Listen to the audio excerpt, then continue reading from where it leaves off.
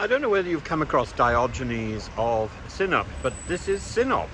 And Diogenes of Sinope, we all know the story about him living in a barrel and about complaining to Alexander the Great about Alexander standing in the sunlight. But he's also somebody who apparently, when asked to do something that he didn't want to do, stuck up his middle finger and said, "This is for you." So Diogenes of Sinope is the original version of Andrea Jenkyns, the MP who today during the local elections wants to become the Lincolnshire mayor. She is a reform candidate, and she's the lady who once wore a bright yellow dress and stuck a finger up at the journalists and the public.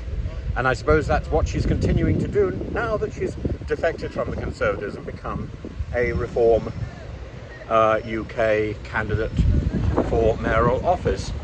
She continues to stick her finger up at everything else. But the first person who did that was Diogenes of Sinope. And I must say, although it's an interesting place, and there's look, it's here, if you just look behind me here, there's a little bit of Byzantine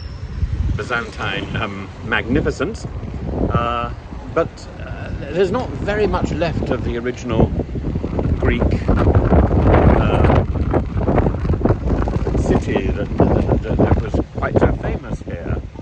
Little bits of it exist. I was in an apartment shortly. We looked out of the window, and somebody had been trying to build an apartment opposite, a block of flats opposite, and they'd come across a pile of old stones. Well, they were quite clearly Greek columns and Roman columns. And just down the road is Pompeiopolis, which is one of the cities of Rome, and not very much of that exists now either. There's a colonnaded street, but I think Sinope for me is all about the middle finger.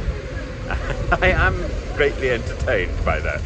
So good luck to Andrea Jenkyns today, as she does her thing.